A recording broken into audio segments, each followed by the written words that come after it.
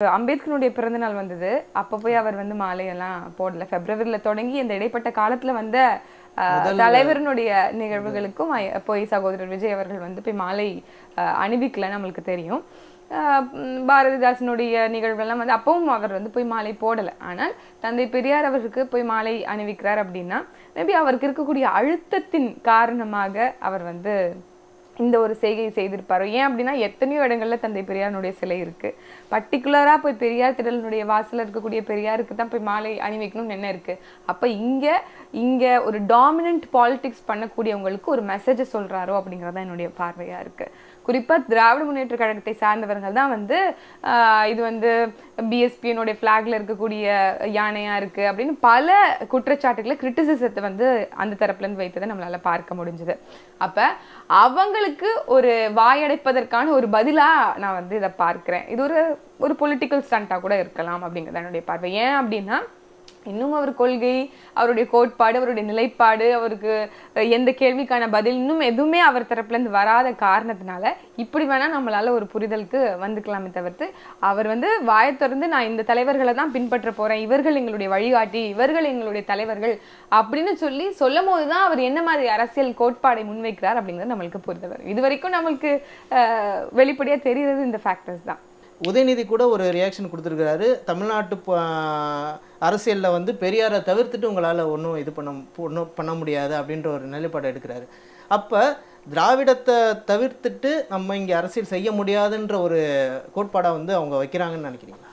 இல்லை, முதல்ல உதயநிதி மரியாதைக்குரிய விளையாட்டுத்துறை அமைச்சர் சகோதரர் உதயநிதி ஸ்டாலின் அவர்களுக்கு திராவிடம்னா என்னன்னு தெரியுமாங்கிற கேள்வி இயல்பா எனக்கு இருக்கு. அதே மாதிரி உண்மையாகவே தந்தை பெரியார் அவர்கள் அவர் முழுமையாக படிச்சிருக்கிறாராங்கிற ஒரு கேள்வியும் எனக்கு இருக்கு. ஏன்னா தந்தை பெரியாருடைய சமூக சீர்திருத்த கோட்பாடுகள்னு சொல்லப்படக்கூடியதுல சமூக நீதி, பெண்ணியம் இதெல்லாம் முக்கிய அங்கமாக இருக்கு. அப்படிப்பட்ட இந்த கருத்துக்களை வந்து உள்வாங்கிய கட்சியாக இருக்குமே ஆனால் திமுக ஏன் இத்தனை ஆண்டுகள் பெண்களுக்கான சமவாய்ப்பு வழங்காமையே இருக்கு? அதற்காக இவர்கள் என்ன மாதிரியான முயற்சிகளை செஞ்சிருக்காங்க அப்படிங்கிற கேள்வி எல்லாம் எனக்குள்ள இருக்கு. மாசம் 1000 ரூபாய் கொடுக்குறாங்கல்ல, இப்படி சிரிப்பு தான் வருது. 1000 ரூபாய் கொடுக்குறாங்க அப்படின்னா இன்னைக்கு வந்து விசிக்கானா விடுதலை சிறுத்தைகள் இருந்த எண்ணம் போய் வெரைட்டியா காமெடி பண்ற கட்சியோ அப்படிங்கிற அளவுக்கு எனக்கு தோணுது. ஏன் அப்படின்னா மது ஒழிப்புன்னு சொல்லி நீங்க வந்து யாரு கூட சேர்ந்து கூட்டணியில இருந்துட்டு என்ன மாதிரியான ஒரு கொள்கையை முன்வைத்து நீங்க இன்னைக்கு அரசியல் பண்றீங்கிறது புரியுது. சரி, நாங்க மது ஒழிக்க போறோம்னு பேசிட்டீங்க. ஆட்சியிலும் பகிர்வினீங்க, அதிகாரத்திலும் பகிர்வினீங்க, எல்லாருக்கும் ஜனநாயகம் நீங்க, எளிய மக்களுக்கும் அதிகாரம் நீங்க, எல்லாத்தையும் வரவேற்கிறேன். சரி, ஓகே. அவ்வளவு வீர வசனங்கள் பேசி முதலமைச்சர் இங்க சிகாகோல இருந்து இறங்கின கையோட போய் பார்த்தோன்னே வெளியில வந்து பிரஸ் மீட்ல வந்து கொடுக்கும்போது மதுவை படிப்படியாக குறைக்கணும், ஏன் அப்படி ஒரு அண்டர்பில்ட் அடிக்கணும்? இதற்கு காரணம் என்ன அப்படிங்கிற ஒரு சந்தேகம், ஐயம் இருக்கு. அது அட்மின் போட்டதுல சரி, அட்மின் போட்டாருன்னு கூட வச்சுக்கோங்க. நாங்க வந்து மதுவை ஒழிப்போம்னு பேசிட்டு அவங்களுடைய கட்சியை சார்ந்ததும் சரி எல்லாரும் சரி நாங்க இனிமேல் வந்து ஒன்றிய அரசு கிட்ட நாங்க கேட்க போறோம். என்ன கேட்க போறோம்? ஒட்டுமொத்த சர்வதேச அளவுல மது ஒழிக்க போறோம்னு சொல்றது என்ன மாதிரியான நகைச்சுவை நீங்க சொல்லுங்க. ஒருவேளை ஒன்றிய அரசு ஒரு ஜிஓவை பாஸ் பண்ணிருது, தமிழ்நாட்டுல இருக்கக்கூடிய டாஸ்மாக் எல்லாத்தையும் மூடுங்கன்ட்டு, இவங்க ஏத்துக்குவாங்களா? வணக்கம் பாத்திமா. வணக்கம். விஜயுடைய பெரியார் திடல் விசிட் எப்படி பாக்குறீங்க? யார் கட்சி தொடங்கினாலும் அவங்க வந்து ஒரு அடையாளத்துக்காக போய் தலைவர்களை போய் மரியாதை செலுத்துவது இயல்பு, ஒரு இயல்பான ஒரு நிகழ்வா இதை பார்க்கலாம். ஏற்கனவே நம்ம எல்லாரும் தெரிந்தது போல எந்த தலைவர்களுடைய நினைவையும் போற்றாம ஈஸியா வந்து இந்த சமூகத்துல அரசியல் செய்து விட்டு போக முடியாது. ஏன்னா இன்னைக்கு இந்த சமூகம் இவ்வளவு தூரம் வந்து ஒரு பரிணாம வளர்ச்சி அடைஞ்சிருக்கோம் அப்படின்னா அதற்கு நம்மளுடைய முன்னவர்கள் எல்லாருமே வந்து காரணமாக இருக்காங்க. அப்படி சகோதரர் விஜய் அவர்கள் ஏற்கனவே இருந்த பொலிட்டீஷியன்ஸினுடைய வழித்தடத்துல அவர் வந்து ஒரு பாதையை உருவாக்கிட்டு போறாரு அப்படிங்கிறது என்னுடைய பார்வை. கொடியில வந்து வெவ்வேறு கான்செப்ட்ஸ் இருந்தது. குறிப்பா தமிழ் தேசியத்தினுடைய தாக்கம் அதுல அதிகமா இருந்தது.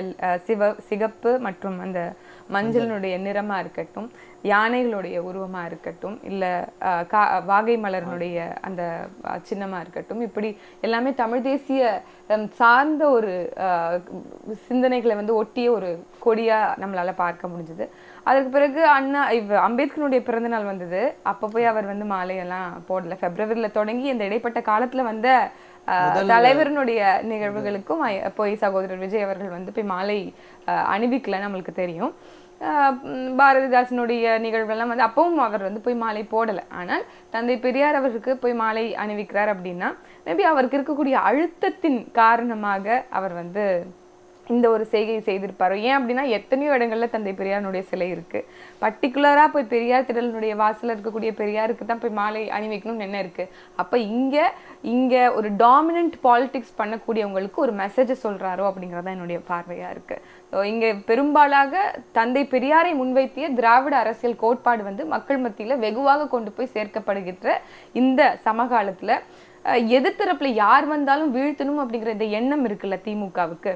அப்ப சகோதரர் விஜய் கட்சி தொடங்குறாரு, அவருடைய பிளாக் எல்லாம் வந்து அனௌன்ஸ் பண்றாருங்கும் போது எதிர்வினை யார் வந்து அதிகமா ஆற்றினா நம்ம எல்லாருக்குமே தெரியும். குறிப்பா திராவிட முன்னேற்ற கழகத்தை சார்ந்தவர்கள் தான் வந்து இது வந்து பிஎஸ்பியினுடைய பிளாக்ல இருக்கக்கூடிய யானையா இருக்கு அப்படின்னு பல குற்றச்சாட்டுகளை கிரிட்டிசிசத்தை வந்து அந்த தரப்புல இருந்து வைத்ததை நம்மளால பார்க்க முடிஞ்சது.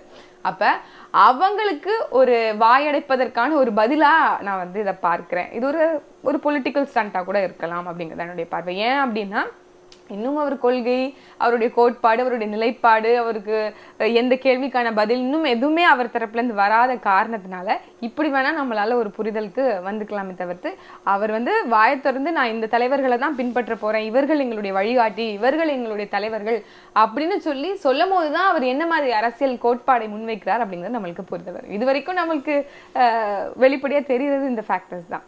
இல்லை, காமராஜரை வந்து படிக்கணும், அம்பேத்கரை பின்பற்றணும் அப்படின்னு சொல்கிற விஜய் இப்போ வந்து பெரியாரை இது பண்ணும்போது பெரியாருக்கு மரியாதை செலுத்துறது, உதயநிதி கூட ஒரு ரியாக்ஷன் கொடுத்துருக்கிறாரு. தமிழ்நாட்டு அரசியலில் வந்து பெரியாரை தவிர்த்துட்டு உங்களால் ஒன்றும் பண்ண முடியாது அப்படின்ற ஒரு நிலைப்பாடு எடுக்கிறாரு. அப்போ திராவிடத்தை தவிர்த்துட்டு நம்ம இங்கே அரசியல் செய்ய முடியாதுன்ற ஒரு கோட்பாடாக வந்து அவங்க வைக்கிறாங்கன்னு நினைக்கிறீங்களா? இல்ல, முதல்ல உதயநிதி மரியாதைக்குரிய விளையாட்டுத்துறை அமைச்சர் சகோதரர் உதயநிதி ஸ்டாலின் அவர்களுக்கு திராவிடம்னா என்னன்னு தெரியுமாங்கிற கேள்வி இயல்பா எனக்கு இருக்கு. அதே மாதிரி உண்மையாகவே தந்தை பெரியார் அவர்கள் அவர் முழுமையாக படிச்சிருக்கிறாராங்கிற ஒரு கேள்வியும் எனக்கு இருக்கு. ஏன்னா தந்தை பெரியாருடைய சமூக சீர்திருத்த கோட்பாடுகள்னு சொல்லப்படக்கூடியதுல சமூக நீதி, பெண்ணியம் இதெல்லாம் முக்கிய அங்கமாக இருக்கு. அப்படிப்பட்ட இந்த கருத்துக்களை வந்து உள்வாங்கிய கட்சியாக இருக்குமே ஆனால் திமுக ஏன் இத்தனை ஆண்டுகள் பெண்களுக்கான சமவாய்ப்பு வழங்காமையே இருக்கு? அதற்காக இவர்கள் என்ன மாதிரியான முயற்சிகளை செஞ்சிருக்காங்க அப்படிங்கிற கேள்வி எல்லாம் எனக்குள்ள இருக்கு. மாசம் 1000 ரூபாய் கொடுக்குறாங்கல்ல, இப்படி சிரிப்பு தான் வருது. 1000 ரூபாய் கொடுக்குறாங்க அப்படின்னா நாங்க பலமுறை அதுக்கு வந்து பதில் சொல்லிட்டோம். அதான் சோ இந்த மாதிரி முதல்ல திராவிடம்னா என்ன, இல்ல தந்தை பெரியார் சொன்னக்கூடிய கூற்றுகளை அவர்கள் முழு மனதோட ஏற்று அதை நடைமுறையில செயல்படுத்திருக்கிறாங்களா இப்படிங்கிற கேள்வி எல்லாம் ஒரு பக்கம் இருக்குது. ஒரு அடையாளத்துக்காக, ஒரு பிம்பத்துக்காக அவரை வந்து எப்படி வந்து புத்தரை வந்து இன்னைக்கு வந்து ஒரு மதமாக பார்க்கிறாங்களோ அதே மாதிரி தந்தை பெரியாரை என்ன சொல்றது ஊதி பிம்பப்படுத்தி அவரை வந்து ஒரு மதமாக போற்றி அவரை வந்து அவர் மட்டும்தான் எங்களுக்கான அடையாளம் சொல்லுவதை மட்டும்தான் நாம் தமிழர் கட்சி எதிர்க்குது. ஸோ இதை வந்து ஒரு காரணியை வச்சு நீங்க பண்ணக்கூடிய லஞ்ச ஊழல், நீங்க பண்ணக்கூடிய எல்லா குற்றங்கள், இந்த சமூகத்துல நடக்கக்கூடிய சீர்கேடுகள், இது எல்லாத்தையும் வந்து தந்தை பெரியாரை வைத்து மறைத்திரணும் அப்படின்னு நினைக்கிறீங்களே, இதை வன்மையாக எதிர்த்து நிற்கக்கூடிய ஒரு கட்சியாக தமிழ் தேசிய தளத்துல இருந்து நாம் தமிழர் கட்சி இருக்கு. ஸோ இது எல்லாமே மரியாதைக்குரிய உதயநிதி ஸ்டாலின் அவர்களுக்கு தெரியுமா அப்படிங்கிறது என்னுடைய பார்வை. பொதுவா போற போக்குல சொல்லிட்டு போயிடலாம், தந்தை பெரியாருக்கு என்ன சொல்ற, தந்தை பெரியாரை முன்வைத்து தான் அரசியல் செய்ய முடியும் அப்படிங்கிற சொல்லிட்டு போயிடலாம். நம்ம என்ன சொல்றோம் அப்படின்னா, மறைக்கப்பட்ட எண்ணற்ற தமிழ் தலைவர்கள் இந்த மண்ணில் இருந்திருக்கிறாங்க, அவர்கள் எல்லோருக்கும் அதே அளவிலான மரியாதையை கொடுக்க வேண்டிய அவசியம் நமக்கு இருக்கு. ஏன் அப்படின்னா இன்னைக்கு திராவிட மொழி குடும்பம் சொல்லக்கூடிய இந்த கால்டுவெல்னுடைய வரையறைக்கு உட்பட்டு, எல்லிஸினுடைய வரையறைக்கு உட்பட்டு இங்கே தமிழ்நாடு, கேரளம், இல்லை கர்நாடகா, தெலுங்கானா, இல்லை ஆந்திரா அப்படின்னு இருக்கு அப்படின்னா எல்லாத்தையும் சேர்த்து தான் அவங்க வரையறுத்து உள்ளக்க வச்சாங்க. ஆனால் அந்தந்த மாநிலத்தை அந்தந்த மக்கள் ஆண்டு கொண்டு இருக்கிறாங்க. அந்தந்த மக்களுக்கான முழு உரிமையும் அங்கே வந்து வழங்கப்படுது. மாறாக தமிழ்நாடு உலகம் முழுக்க பரவி வாழ்ந்தவர்கள் தமிழர்கள் சொல்லக்கூடிய தமிழர்களுக்கான உரிமை கொஞ்சம் கொஞ்சமா குறையுது. முழுமையான உரிமைகள் எங்களுக்கு கிடைக்கப்பெறல. எங்களை வந்து தொடர்ச்சியாக வஞ்சித்து கொண்டே இருக்கிறார்கள். இன்னும் மேல சொல்லணும் அப்படின்னா, தமிழ்நாட்டில் இருக்கக்கூடிய இந்த அரசியல் அமைப்பு இருக்குல்ல, எத்தனை தமிழர்களை வந்து கேபினெட் மினிஸ்டராகவோ இல்ல முதன்மை அமைச்சர்களாகவோ இல்ல அந்த சட்டமன்றத்திலயோ பாராளுமன்றத்திலயோ எவ்வளவு ரெப்ரசன்டேட்டிவ்ஸ் இருக்காங்க அப்படிங்கிற இந்த கேள்விகளுக்கு எல்லாத்துக்குமே வந்து பதில் இல்லை அப்படிங்கிறதுக்கான ஒரு தளத்துல நாம் தமிழர் கட்சி பார்வையை முன்வைக்குது. அதனால தொடர்ச்சியாக இங்கே தமிழ் என்ற உணர்வு அதிகப்படுத்தணும். அதற்காக தமிழ் தேசியம் என்கின்ற கருத்தியல் இங்கே அவசியமா இருக்கு அப்படின்னு பார்க்கணும். எல்லாரும் வாழலாம், ஆனா நாங்க தான் ஆளுவோம் அப்படிங்கிற இந்த கருத்தை முன்வைக்கிறோம். அதனால நாங்க வந்து பிரிவினைவாதிகள் என்ன வேணாலும் நீங்க சொல்லிக்கலாம், ஆனா நாங்க உயிர்மை நேயர்கள் அப்படிங்கிறத ஒவ்வொரு இடத்துலயும் நிரூபிச்சுட்டு வரோம். நாங்க தமிழ் முன்னோர்களை பத்தி என்ன சொல்றோம்? பேகனை பத்தி சொல்றோம், நாங்க முல்லைக்கு தேர் கொடுத்த பாரின்னு சொல்றோம். இதெல்லாம் தானே எங்களுடைய தமிழ் வரலாறு சொல்லுது. எறும்புக்கும் பூவுக்கும் சிட்டுக்கும் காக்கைக்கும் குருவிக்கும் எல்லாவற்றுக்குமான அரசியலை பேசக்கூடிய, அனைத்திற்குமான அரசியல் பேசக்கூடியவர்கள் எப்படி வெறும் இவர்கள் நலனுக்காக மட்டும் இருப்பார்கள் அப்படிங்கிறத சிந்தனையில வச்சுக்கணும். ஆனால் எங்களுக்கு கொஞ்சம் கொஞ்சமா எங்களுடைய உரிமைகள் பறிக்கப்பட்டு நாங்கள் ஒடுக்கப்பட்டு நசுக்கப்பட்டு வருகிறோம் அப்படிங்கிற இந்த உணர்வை மக்களுக்கு கொண்டு போய் செலுத்தலை அப்படின்னா நம்மளுடைய இனம் ஒட்டுமொத்தமாக அழியும் அப்படிங்கிற ஒரு விழிப்புணர்வை நாம் தமிழர் கட்சி தொடர்ச்சியா செய்யுது. இந்த எல்லா புரிதலும் சகோதரர் உதயநிதி ஸ்டாலின் அவர்களுக்கு இருக்கா அப்படிங்கிற கேள்வி ஒண்ணு இருக்கு. போற போக்குல யார் வேணாலும் சொல்லிடலாம், தந்தை பெரியாரை வைத்துத்தான் அரசியல். பிம்பப்படுத்தாதீங்க. ஏன் அப்படின்னா தந்தை பெரியார் பல இடங்கள்ல, தந்தை பெரியாரின் மீது எனக்கு உள்ளபடியே பெரிய ஒரு என்ன சொல்றது மரியாதை உண்டு. ஏன்னா என்னுடைய தந்தை தமிழ் முழக்கம் ஷாலமீது அவர்களாக இருக்கட்டும், என்னுடைய தாய்மாமன் சீமானவர்களாக இருக்கட்டும், இத்தனை ஆண்டு காலம் அவர்கள் வந்து வழிவந்த பாதைன்னு பார்க்கும்போது பெரியார் காட்டிய வழியாகத்தான் இருக்கு. ஆனால் வரலாற்றை பின்னோக்கி படிக்கும் போதுதான் தெரியுது இன்னும் நிறைய எண்ணற்ற தமிழ் முன்னோர்கள் தலைவர்கள் இருந்திருக்கிறாங்க. அவங்க எல்லோருக்கும் சமமான ஒரு மரியாதையை கொடுக்க வேண்டும். இங்க இருக்கக்கூடிய திராவிடன் என்கின்ற போர்வையில தமிழர் உரிமைகளை பறிப்பது மட்டும் இல்லாமல் பெரியார் என்கின்ற கேடயத்தை பயன்படுத்தி நம்மளை சீர்குலைத்துட்டு இருக்காங்க அப்படிங்கிற இந்த புரிதல் பெற்று இனிமேல் நான் வழிநடத்தக்கூடிய பாதை இது, என் தலைவர் தந்த பாதை இது அப்படின்னு சொல்லி தமிழ் தேசியத்தை நமக்கு கையில கொடுத்துருக்காங்க. அதனால இது எல்லாத்தையும் புரிந்து இருக்கக்கூடியவர்கள் தான் நாம் தமிழர் கட்சியில பயணிக்கிறாங்க அப்படிங்கிறதையும் நினைவில் வச்சுக்கணும். இப்போ நம்ம வந்து இப்போ நீங்கள் சொன்ன மாதிரி தமிழ் பெரியாரை வந்து ஒரு மரியாதைக்கு வந்து போற்றி நம்ம வந்து இந்த இது அரசியல் இதை வந்து தொடங்குறோம் அப்படின்னு நான் எடுத்துக்கிட்டாலுமே விஜயோடைய தொடர் செயல்பாடுகள் எப்படி இருக்குன்னா, ஓணத்துக்கு மட்டும் வந்து வாழ்த்து சொல்றதும் சரி, விநாயகர் சதுர்த்திக்கு சொல்லாமல் இருக்கிறதும் சரி, இது எல்லாமே வந்து திராவிட கட்சிகள் செய்யறது தானே. அதை திருப்பி எடுக்கிறதுக்கான காரணம் இவரும் வந்து திராவிடத்தை நோக்கி போறாரோ அப்படின்றது. ஏன்னா அரசியல் செயல்பாடுகள் ஆரம்பித்த காலத்திலேருந்து விஜய் தொடங்கும் போதுலேருந்து வாழ்த்துக்குரியவர் சீமான் அவர்கள். தொடர்ந்து இப்போ வரைக்கும் ஆதரவு தெரிவிச்சுட்டு வர ஒரு இடத்துல விஜயோட நிலைப்பாடு இப்படி இருக்குதுன்னா அது என்ன மாதிரி நம்ம புரிஞ்சுக்க முடியுது? இல்லை, ஃபர்ஸ்ட் நம்ம எல்லாருமே வந்து ஒரு யூகத்துக்கு தள்ளப்படுறதுக்கு காரணம் அவர்கள் இன்னும் சைலன்ஸை பிரேக் பண்ணலை. இன்னும் அவங்க வந்து வாயிலேருந்து they haven't spilled the bean ன்னு சொல்லுவாங்க ஆங்கிலத்தில். அவர்கள் இன்னும் ஒரு முத்துக்களையும் வந்து வெளியில வந்து கொட்டலை அப்படிங்கிறனால நம்மளுக்கு தெரியல அவர்கள் என்ன நிலைப்பாட்டில் இருக்கிறாங்க. பெரிய மூவ் தானே. இப்போ வந்து இன்ன வரைக்கும் பனையூரை தாண்டி வெளியே வராத விஜய் முதல் முறையா பெரியார் திடல்ல வந்து மாலை போடுறதுன்றது எதை காட்டுறாரு அவர்? இல்லை, அதை தான் நான் சொன்னேன். இங்கே சகோதரர் விஜய் வந்து கட்சி தொடங்குறாருங்க சொன்ன உடனே எதிர்ப்பு நிலை எங்கேருந்து வருது அப்படின்னு பார்த்தா திராவிட கட்சிகளிடமிருந்து தான் வருது. குறிப்பா திமுக கிட்ட தான் வருது. உடனே அவருக்கு ஒரு காவி சாயத்தை பூசி இவர் சங்கி அப்படிங்கிறத சொல்றாங்க. அந்த கருத்தியலை உடைக்கணும் அப்படிங்கிறதுக்காண்டி பெரியார் திடலுக்கே போகிறார் அவர். வேற எத்தனையோ இடங்கள்ல பெரியாரினுடைய சிலை இருக்கு. ஆனால் அங்கேயே போய் அவங்களுக்கே ஒரு பதில சொல்றது மாதிரி தான் என்னுடைய புரிதலும் இருக்கிறது. ஆனால் அவர் மாநாடு வைத்து கொள்கை கோட்பாடை வெளியில சொல்லும் போதுதான் உண்மையாக அவர் என்ன நிலைப்பாட்டில் இருக்கிறாரு அப்படின்னு சொல்லி தெரியும். அதற்கு நம்மளுடைய தலைமை ஒருங்கிணைப்பாளர் தாய்மாமன் சீமான் அவர்கள் கொடுத்திருக்க ஒரு அறிவுரையும் சகோதரர் விஜய் அவர்கள் ஏற்கணும். என்ன அப்படின்னா, நீங்க பெரியாருக்கு மரியாதை செலுத்துறீங்க, நல்லது, மகிழ்ச்சி, செய்யுங்க. ஆனா நம்மளுடைய திருவிக்காவுக்கும் மரியாதை செலுத்துங்க. அப்படிங்கிறாங்க.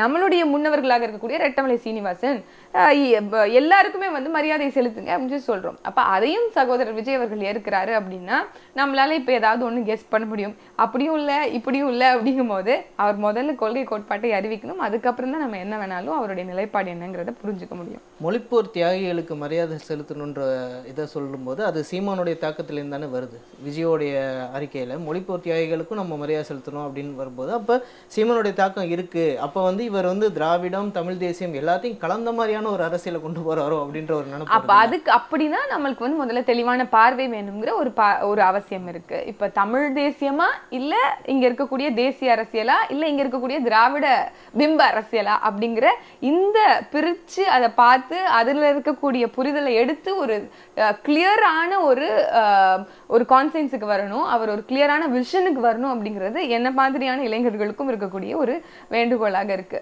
பட் எங்களுக்கு இங்க நிறைய வேலை இருக்கு அப்படிங்கிறது தான் நம்ம வந்து கான்சென்ட்ரேட் பண்ண வேண்டிய விஷயமா இருக்கு. எங்களுடைய பாதை, எங்களுடைய வழி, இது எல்லாமே கிளியரா இருக்கு. எங்களுக்கான இலக்கு இது எல்லாமே உறுதியா இருக்கு. அப்படிங்கும் போது நாங்கள் அதை நோக்கி பயணித்துட்டு இருக்கோம். இந்த பக்கம் வரக்கூடிய அரசியல்களையும் பார்த்து நம்ம we can tell, நம்ம சொல்லலாம் இது அப்படின்னு சொல்லிட்டு. ஸோ அவர் தான் அந்த இடத்துல இருந்து சரிப்படுத்தணும். கோட்பாடுகளுக்கு அப்புறம் தான் வந்து கூட்டணியை பத்தி பேச முடியும். கூட்டணி இல்ல, அவர் என்ன நிலைப்பாடு இருக்கிறாரு அப்படிங்கறத நம்மளுக்கு அப்பதான் தெரியுங்கிறது தான் நம்மளுடைய பார்வை. மது ஒழிப்பு மாநாடு திருமாவளவன் அறிவிச்சிருந்தாரு. அதுல வந்து பல குளறுபடிகள்லாம் நிறைய நடந்திருக்கு. முதல்ல மது ஒழிப்பு மாநாடு வச்சு இதை வந்து நம்ம இது பண்ணிட முடியுமா, ஓரளவுக்கு குறைச்சிட முடியும்னு நினைக்கிறாமா? இல்லை, எனக்கு பொதுவாகவே ஐயா திருமாவளவன் மீது ஐயா அவர்கள் மீது மிகுந்த மரியாதை இருக்குது. என்னுடைய தந்தை தமிழ் முழக்கம் ஷாலு மீது அவர்கள் கூட விசிகாவில் தான் சேர்ந்து பயணித்தவர். ஆனால் அதுவும் தாய்மாமன் சீமான் அவர்கள் சொல்லி தான்.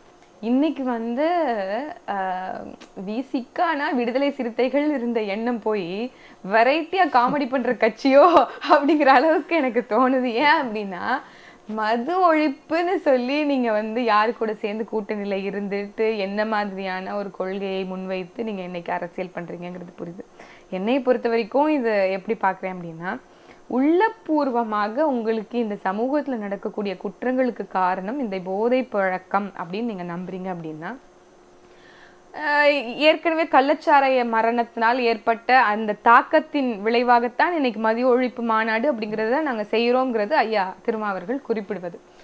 அப்போ ஒன்று என்ன சொல்றது, கள்ளச்சாராயம் இல்லை இந்த கள்ளச்சாராயங்களை ஒழிக்கணும் அப்படிங்கிறதுக்காண்டி ஒரு மாநாடு வைக்கலாம்.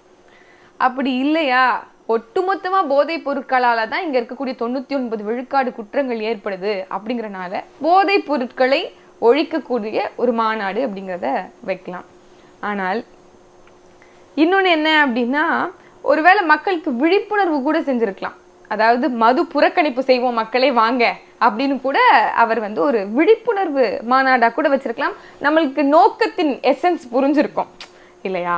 இன்னைக்கு அதெல்லாம் விட்டுட்டு நாங்க வந்து மது ஒழிப்பு மாநாடுன்னு ஒண்ணு செய்யறோம் அப்படிங்கிறத திமுகவின் கூட்டணியிலே அமர்ந்து கொண்டு செய்வது என்பது அரசியல் காரணங்களுக்காக இல்லை அப்படிங்கறத என்னால மறுக்க முடியல. அப்போ டீப் ரூட்டடா போய் தேடி பார்த்தோம் அப்படின்னா அதான் காரணமா இருக்குமோன்னு தோணுது.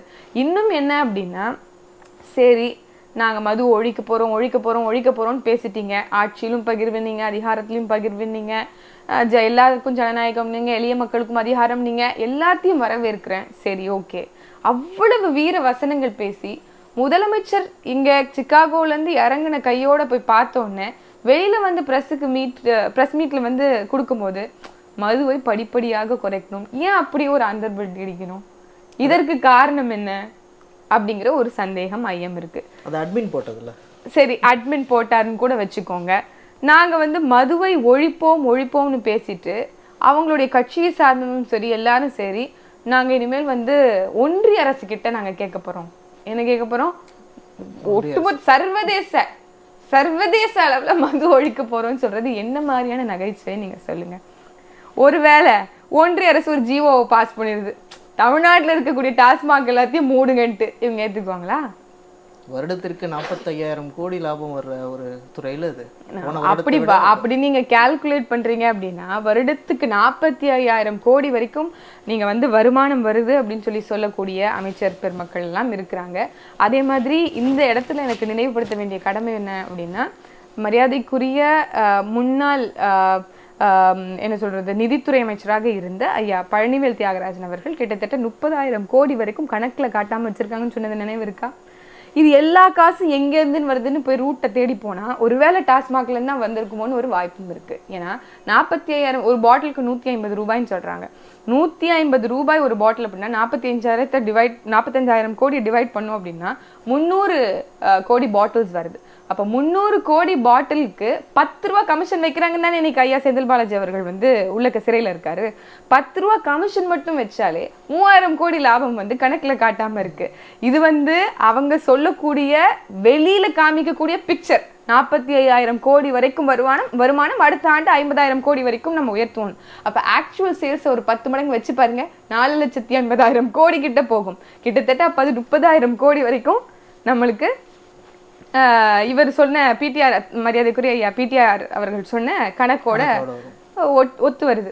அப்ப இது எல்லாத்துக்குமே வாய்ப்பு இருக்கு. ஊழல்வாதிகள், லஞ்சம் கொழிப்பவர்கள், இந்த மாதிரி மறைமுகமாக தங்களுடைய குடும்பம் சுகபோகமாக வாழ்வதற்காக மக்களை அழித்து வாழக்கூடியவர்கள் அப்படிங்கிறதுக்கு எல்லாமே அம்பலமா வெளிப்படையா இங்க நம்மளால பார்க்க முடியுது. இப்படிப்பட்டவர்களோட கூட்டணி வைத்தது மட்டும் இல்லாம அவங்களையே நீங்க வந்து வாங்க எங்களுடைய மது ஒழிப்பு மாநாட்டுக்கு அப்படின்னு சொல்லுவது எவ்வளவு நகைமுறையாக இருக்கு அப்படிங்கிறத நம்ம யோசிச்சுக்கிறோம்.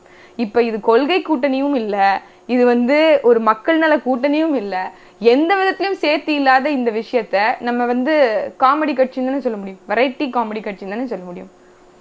இல்ல அது நம்ம அதுக்கு அவர் முதல்வர் சிக்காகோவில் இருந்தப்போ அவருடைய பேச்சுக்களும் வந்ததுக்கப்புறம் அவருடைய பேச்சுக்களும் முரணாக இருக்குன்றதை நம்ம ஏற்றுக்க முடியுது. அப்போ கூட்டணி தர்மத்தை மட்டுமே கூட்டணிக்காக மட்டுமே தான் இவர் வந்து இப்படி இது பண்ணியிருக்கிறாரு, பேசியிருக்கிறாரு. ஒருவேளை வந்து கூட்டணியில் விரிசல் ஏற்பட்டுருமோன்ற பயத்தில் தான் மறுபடியும் வந்து இல்லை நாங்கள் வந்து படிப்படியாக குறைக்கிற முடிவுக்கு வந்திருக்கிறோம் அப்படின்னு சொல்லி அதே ஐயா திருமாவர்கள் முன்னாடி பேசும்போது கூட்டணியில் விரிசல் வந்தாலும் சரி, அரசியலில் பிரச்சனை வந்தாலும் சரி, எங்களுக்கு பிரச்சனை இல்லைன்னு தானே இதை தொடங்கினாரு. அதாவது கதறக்கூடிய பெண்களின் கண்ணீரை துடைக்கக்கூடிய இப்படியெல்லாம் வசனத்தை போட்டு பேசியவர் தான் ஐயா திருமாவர்கள். உளப்பூர்வமா அது நடத்திருந்தீங்க அப்படின்னா அது உண்மையாகவே வைத்திருந்தீங்க. இல்ல அப்படி தோணவே இல்லை. It is completely planned by DMK and விசிகாவுடைய அலையன்ஸ் அப்படிங்கிறது தான் எனக்கு தோணுது. டிஎம்கேவும் விசிகாவும் சேர்ந்து முயற்சி செய்யக்கூடிய ஒரு அரசியல் ஜூம்லாவாகத்தான் இதை நான் பார்க்கிறேன். அப்படிதான் நம்மளுக்கு புலப்படுது. ஆனால் உள்ளபூர்வமாக உள்ளபடியே இங்க இருக்கக்கூடிய மதுவினால் ஏற்படும் சீர்கேடுகளாலும் இங்க பெண்கள் வந்து அதிகமான விளைவுகள் இருக்கக்கூடிய ஒரு மாநிலமாக இருக்கக்கூடிய தமிழ்நாட்டு உண்மையாகவே வந்து சரி செய்யணும் அப்படின்னா ஐயா வந்து ஒரு கான்கிரீட்டான முடிவெடுக்கணும். எப்படி அப்படின்னா மது விற்பவர்கள் கூட எங்களோட கூட்டணி கிடையாது அப்படிங்கிறத ஸ்ட்ராங்கா நீங்க எடுத்தீங்க அப்படின்னா நீங்க உண்மையாகவே மக்களுக்காக இருக்கீங்க.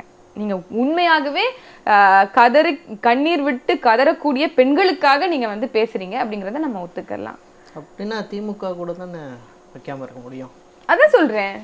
அதான் இன்னைக்கு அதிகப்படியான மது ஆலைகளை வைத்து நடத்துவதே திமுகவை சார்ந்தவர்கள் தான். அப்ப இது எவ்வளவு முரணா இருக்கு அப்படிங்கறது மட்டும் நம்மளுடைய சிந்தனை கேட்டுனா போதும்.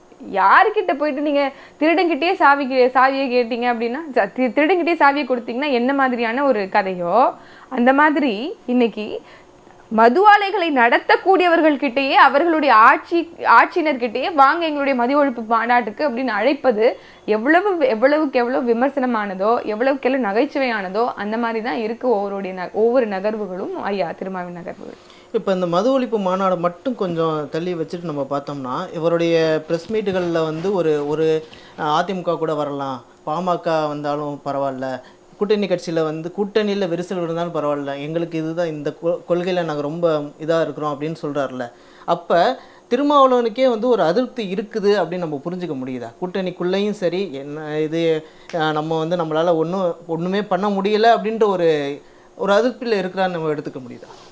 அது வந்து உறுதிதான். இன்னைக்கு வந்து ஐயா திருமா அவர்களுடைய வாகனம் வந்து போகுது அப்படின்னா அதற்கு தடை, அவருடைய கொடி ஏறுது, அவர் வந்து 30 ஆண்டுகளுக்கு முன்னாடி ஏற்றிய கொடியை வந்து கொடி கம்பத்தை வந்து அகற்றிட்டு போகுது திமுகவினுடைய அரசு. அவர் போகிற இடத்துக்கு திமுகவை சார்ந்த வேட்பாளர்கள் வந்து போக மாட்டேங்கிறாங்க, ஏன்னா இது வந்து வேற சமூகம் இருக்கக்கூடிய தெரு, அதனால நீங்க வந்து இறங்கிக்கோங்க, நீங்க மட்டும் இறங்கிக்கோங்க தலைவர் விசிகனுடைய தலைவர் திருமா ஐயாவை வந்து சொல்றதெல்லாம் வந்து நம்ம செய்திகள்ல படிக்கிறோம். அப்படி அவர் போய் ஒரு அமைச்சரை சந்திக்கிறார் அப்படின்னா அவருக்கு மட்டும் வந்து பிளாஸ்டிக் நாற்காலி கொடுத்து அவரை எப்படி அவமரியாதை செய்தது எல்லாமே நம்ம பார்க்கிறோம். இப்படி இவ்வளவு அவமானங்களுக்கும் இவ்வளவு என்ன சொல்றது ஒரு அவமதிப்புக்கும் உள்ளாக்கப்பட்ட ஒரு தலைவர் வந்து இன்னும் துணிவாக வந்து ஒரு ஸ்டாண்ட் எடுக்கணும் அப்படிங்கிறது தான் எங்களை மாதிரி ஆட்களுக்கான ஒரு தேவையா இருக்கு. ஏன்னா நீங்க அரசியல் உங்களுக்காக பண்றீங்களா, இல்ல உங்க இந்த 4 பேருக்காக பண்றீங்களா, இல்ல எல்லாருக்குமான அரசியலை முன்வைக்கிறீங்களா? இப்போ ஒரு குறிப்பா இந்த தலித்திய சமூகம் அப்படின்னா அவர் மீது ஒரு நம்பிக்கை வைத்துதான் அவர் பின்னாடி போயிருப்பாங்க. அவங்களுக்கு உண்மையா இருக்கணும் அப்படிங்கிறது தான் என்னுடைய பார்வையா இருக்கு. அப்ப அவங்களுக்கு உண்மையா இருக்கணும் அப்படின்னா இந்த மாதிரி ஆட்கள் கூட கூட்டணி வைக்க கூடாது. முதல்ல நீங்க தனித்துவத்தை உங்களுடைய அடையாளத்தை எந்த இடத்துலையும் இழக்க வேண்டிய அவசியம் இல்லை. ஏன்னா இன்னைக்கு பெரும்பாலான விழிப்புணர்வு, அரசியல் விழிப்புணர்வு கடந்த நூற்றாண்டை விட, கடந்த காலங்களை விட இந்த ஃபேஸ்ல, இந்த சமகாலத்துல அதிகமாவே இருக்கு அப்படிங்கிறத நம்மளால பார்க்க முடியுது. அப்ப அதற்கான ஒரு துணிவான முயற்சியை ஐயா திருமா அவர்கள் எடுக்கணும். அவருக்கு இருக்கக்கூடிய சிக்கல்கள், சேலஞ்சஸ் நம்மளால வெளிப்படையா பார்க்க முடியுது. இருந்தாலும் ஏதோ அதான் ஃபர்ஸ்ட் ஒரு நம்மளுக்கு வந்து இந்த பவர் எல்லாம் கிடைச்சிருச்சு அப்படின்னா அந்த மமதையிலேயே இருப்பாங்க. அந்த அட்டென்ஷன், அந்த ஃபேன் ஃபாலோயிங், இல்ல அந்த அதிகாரம், இது எல்லாமே நமக்கு வந்து மீண்டும் மீண்டும் தக்க வைத்துக் கொள்ள வேண்டும் அப்படிங்கிற அந்த அதிகார பசியிலேயே ஓடாம உண்மையான மக்கள் நலனை முன்வைத்து எல்லாத்துக்கும் சமரசம் அடையாம துணிவான ஒரு முடிவுகளை எடுத்து நின்றாதான் நமக்கான உண்மையான தீர்வுகள் கிடைக்கும் அப்படிங்கிறது தான். எப்பவோ இவங்கெல்லாம் உண்மையாக நின்று நினைச்சிருந்தாங்க அப்படின்னா ஐயா அம்பேத்கரனுடைய ரெவல்யூஷன் இல்லையா, கான்ஸ்டியூஷன் இல்லையா, அப்படி உண்மையாக இந்த மக்களுக்காக நிற்கிறாங்க அப்படின்னா அவர்களை பின்பற்றி வரக்கூடிய இவர்கள் உண்மையா இன்னைக்கு ஒரு பெரிய மேசிவ் சேஞ்ச் ஏற்பட்டிருக்கும். ஆனா ஏதோ ஒரு காரணங்களுக்காக சமரசம் அடைந்த காரணத்தால் இன்ன வரைக்கும் திருப்பியும் ஒன் ஸ்பாயில்டு தானே. ஸோ அதுதான் இன்னைக்கு நம்மளால பார்க்க முடியுது. துணிவான முடிவுகள் எடுக்கணும் அப்படிங்கிறது தான் என்னுடைய பார்வை. ரொம்ப ரொம்ப நன்றி. நன்றி.